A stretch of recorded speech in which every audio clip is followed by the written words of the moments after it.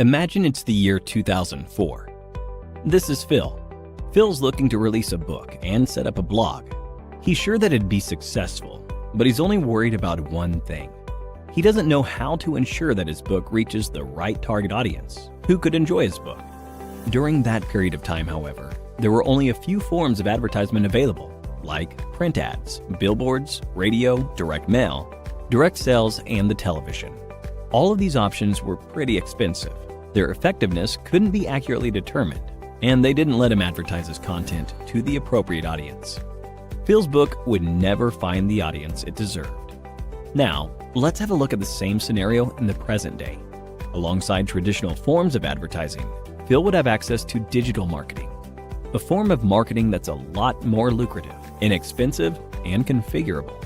Marketing that would enable marketers to advertise their audience digitally using channels like search engines, websites, social media platforms, emails, etc. Among these types, social media marketing caught Phil's eye. Social media marketing would give Phil the opportunity to take advantage of social media platforms to advertise his content to a highly targeted audience. It would help more people learn about his book, increase the interaction with his audience. It's relatively inexpensive, unless he goes into advertising, and will help him get marketplace insights that might help in understanding his audience preferences better. Phil started by taking up a certification to learn about social media marketing. Since he was already familiar with the concept of social media marketing, his next step was to learn about the different types of content he could post on social media.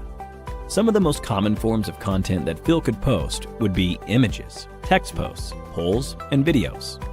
But over time, Phil began to notice that not a lot of people were being exposed to his content. Phil needed to advertise his content. For that, he would need to use the advertising options provided by the social media platforms like Facebook, Instagram, YouTube, LinkedIn, and Twitter. Most advertising platforms offer users with a number of different options like image ads. These ads involve the use of single or multiple images that are attractive and have the optimal amount of text.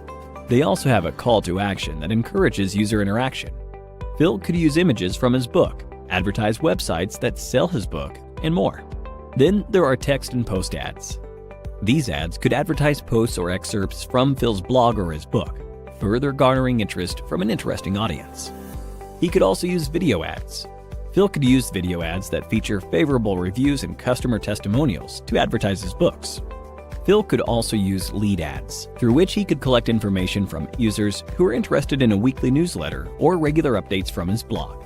But that wasn't the only thing Phil could do with social media platforms. He could create a brand for himself and drive audience interest to it. Engage with them, create an identity, engage with content, finding content that works for him. Social media platforms also allowed him the opportunity to target audiences based on demographics like their age, location, gender, and much more. And in time, Phil began to see an increase in the number of viewers coming to his social media page and, by extension, his blog. He also saw an increase in the number of people who bought his book, greatly increasing his audience. Here are some things he learned. 1. To set goals that were quantitative, smart, and follow a constant deadline. 2. To understand his audience by engaging and connecting with them. 3. To set up a social media calendar to plan competitions, polls, surveys, videos, and more. 4.